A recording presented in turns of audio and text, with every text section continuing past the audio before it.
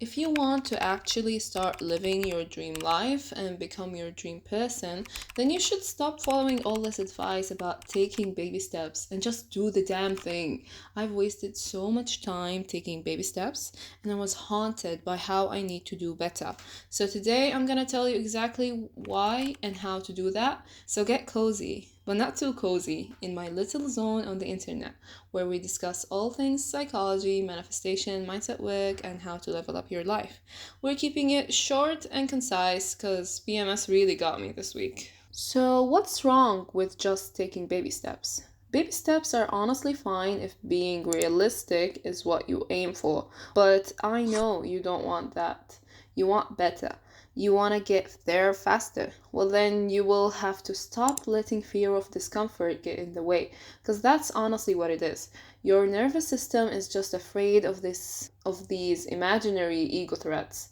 You are letting your fear of being perceived get in the way of bigger blessings and letting it run the show for you. So let me show you how you're doing that with the simple example in clothing. Let's say you want to wear your fit for the day. You got three choices. You can go with what you usually wear, aka stay stuck in the old identity, or wear something a little out of your comfort zone, so not too out there and still relatively safe. Or you can go with the risky outfit, the outfit that you see your dream self wearing, aka switching completely to the new identity. What's going to happen if you actually choose the risky choice is one, your body's gonna be in shock, so don't worry if you can literally feel your skin crawl. Two, you will either love it, which means you have completely transformed into this new identity and with it started to attract your dream life.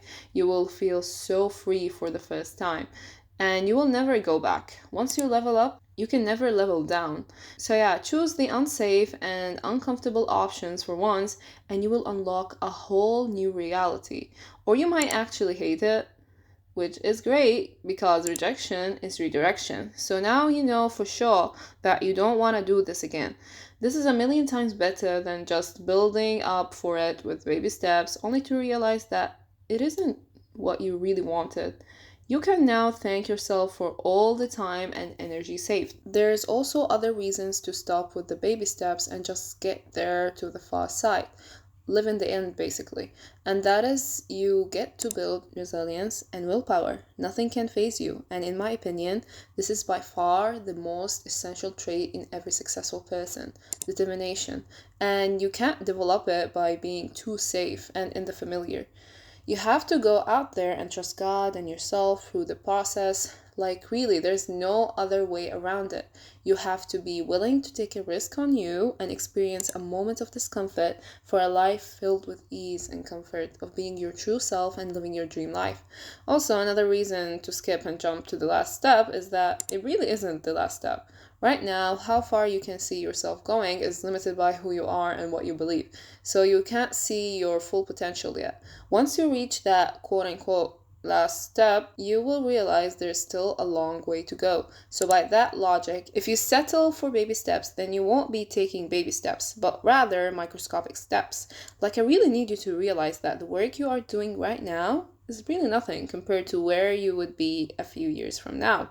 Every end of a journey is basically just the beginning of another one, and if you get there faster, you will be able to align to the newer path and up level quicker. That's just basic math. So, really, you don't have to trust me on that, but just go out there and try it for yourself. And if you can't yet wrap your head around that idea, I'm gonna show you how I do it. Well, one thing I'm working on is authenticity and being true to who I am in relationships. So I could just take a little step and say something a little more honest, or just go for my desired end result and lay down exactly how I'm feeling and what I'm thinking. So, like if I'm hesitant about doing something and maybe want to opt for making myself small and wearing a mask, I ask, what would the best version of me do? And I just show up like her. And consequently, I just became her, right? Because I have done the damn thing. And like I said, the goalposts are always shifting, so there will always be a higher version to model yourself after. Another question I like to ask that I got from this amazing reel that I can't seem to find is basically, is this a survival threat or an ego threat. And what that means is that anything which is not gonna kill you is an ego threat. You are just scared of hurting your own ego by being a little more honest and showing more of who you truly are. Of course, being our true selves opens us to criticism, which is more hurtful because it is a truer reflection of who we are, but also to truer love and understanding.